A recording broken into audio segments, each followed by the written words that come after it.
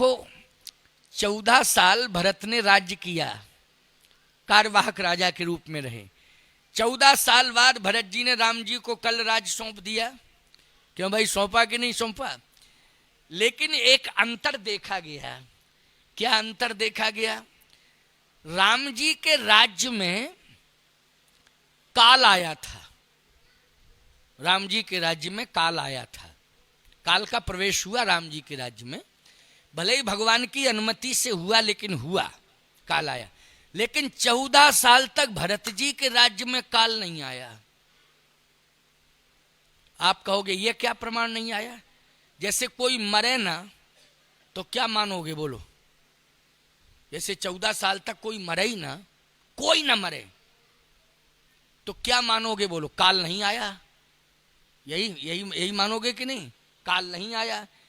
भरत जी के राज्य में 14 साल तक कोई मरा नहीं। बोलो, आश्चर्य की बात है कि नहीं? और एक विशेषता, 14 साल तक कोई पैदा भी नहीं हुआ। 14 साल भरत जी के शासनकाल में ना कोई पैदा हुआ और ना कोई मृत्यु को प्राप्त हुआ। वाल्मीकि रामायण का प्रमाण है ये। इसका मतलब है कि हम एक बार वंश वृद्धि के लिए हमारा विवेक और हमारा संयम हमारा सहयोगी बन सकता है। बोलो भाई, कि हम वंश वृद्धि अभी नहीं करेंगे तो इसके लिए हमारा विवेक और हमारा संयम, बोलो, हमारा सहयोगी बनेगा कि नहीं बनेगा? इसमें हमारा बस चल सकता है, लेकिन मरे ना कोई, इसमें क्या बस चलेगा? जरा बता दो भैया थोड़ा सा। इसमें तो बस चल ही नहीं सकता है।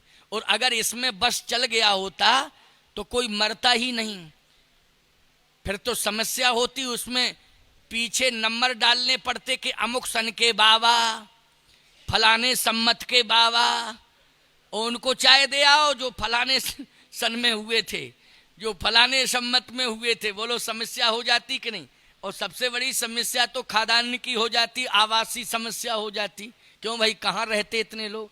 जनसंख्या बढ़ती जाती, घटती नहीं, बढ़ती जाती, लोग मरते नहीं, तो समस्या पैदा होती। लेकिन मृत्यु पर किसी का वश नहीं है। लेकिन भरत जी ने 14 साल रहकर ये बता दिया कि हमारे राज्य में कोई मृत्यु को प्राप्त नहीं हुआ। भगवान राम ने कहा वोटर लिस्ट मंगाओ जरा, तुम देखें। अच्छा भाई, वोटर लिस्ट देखी गई तो उसमें एक जगह लिखा था मृतक। राम जी बोले मृतक मृतक देखो लिखा। तुम क्या, भरत जी बोले नाम तो पढ़ो पहले।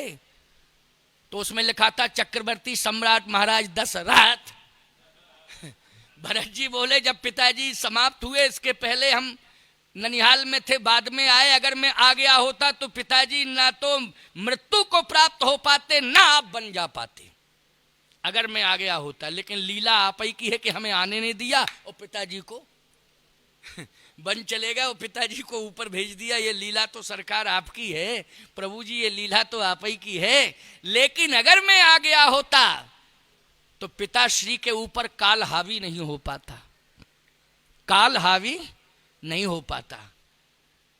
प्यारे, एक और विशेषता, क्या? भगवान राम के राज्याभिषेक में भरत जी का बहुत बड़ा योगदान रहा।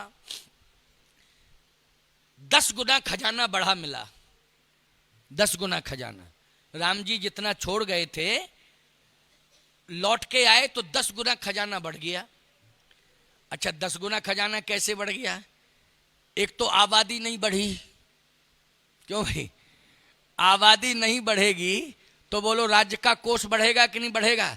सरकार सबसे ज्यादा कोष खर्च करती है आबादी पर, करती कि नहीं? वो आबादी जब नहीं बढ़ेगी तो कोष बढ़ेगा। दूसरी बात कि भरत जी ने ऐसा संयम किया, प्यारे, ऐसा संयम किया कि भरत जी ने तो केवल गाय को जौ खिलाए, और गाय के गोबर में जो जौ शेष निकले उसका दलिया बना करके, गोबर से दलिया निकाल करके उसका दलिया जितना भी, अब गाय कितना जौ खाएगी, भूसा तो डलिया दो डलिया खा जाएगी, लेकिन जौ खा जाएगी क्या डलिया दो डलिया? बोलो, ज्यादा से ज्यादा मुट्ठी भर, 2 मुट्ठी, वो भी मुट्ठी 2 मुट्ठी में गोबर में कितना निकलेगा, उसका शेष भाग थोड़ा सा निकलेगा, यानी हजम, बाकी हजम हो जाएगा है।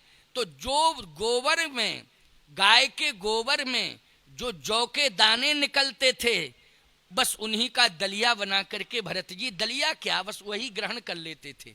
दलिया क्या, सीधे निकले गोबर से निकाले और उसी को ग्रहण कर लेते थे भरत जी। अयोध्या वासियों ने कहा, जब मेरा राजा इतना बड़ा नियंत्रण कर सकता है अपनी जवान पर, तो हम लोग भी संकल्प लेते हैं कि दोनों टाइम भोजन नहीं करेंगे, एक टाइम ही भोजन करके बिताएंगे। तो बोलो, एक टाइम का कोष जो भोजन का बचा वो जमा हुआ कि नहीं हुआ? बोलो, हुआ राजकोष में जमा कि नहीं? इस तरह से जनता ने सहयोग किया भरत के राज्य में। तो याद रखना, राम जी को राम राज्य का जो धरातल मिला वो मजबूत मिला कि नहीं मिला? एक तो वित्तीय व्यवस्था मजबूत मिली और दूसरे संयमी नागरिक मिले, संयमी प्रजा मिली। ये भरत जी ने दिया है राम जी को। एक तो संयमी प्रजा बना दी भरत जी ने अयोध्या की, और दूसरा खजाना बढ़ा दिया भरत जी ने। भगवान राम का राज्य ऐसा राज्य हुआ प्यारे कि आज तक 11.5 लाख वर्ष हो गए, लेकिन आज तक लोग मांग करते हैं तो केवल राम राज्य की मांग करते हैं। बोलो, दशरथ राज्य की मांग कोई करता?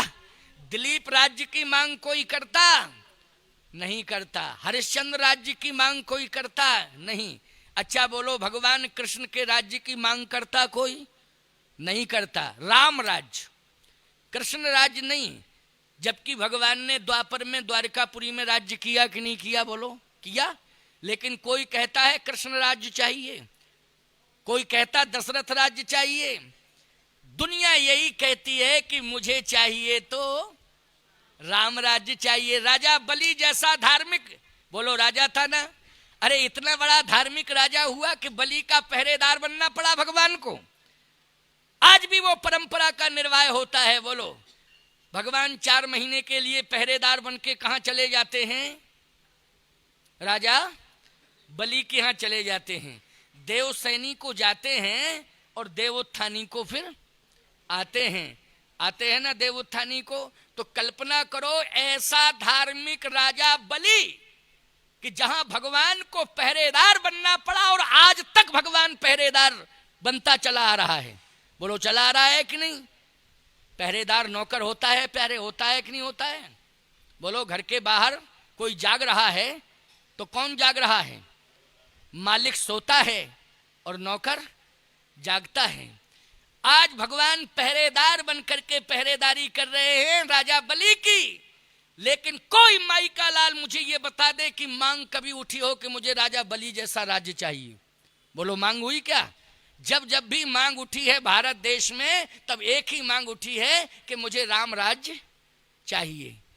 राम राज्य इसलिए चाहिए क्योंकि राम राज्य की विशेषता है दैहिक दैविक भौतिक तापा, और राम राज्य का हुए नहीं व्यापा। नहीं दरिद्र को दुखी न दीना, और नहीं को अबुध न लक्षण हीना।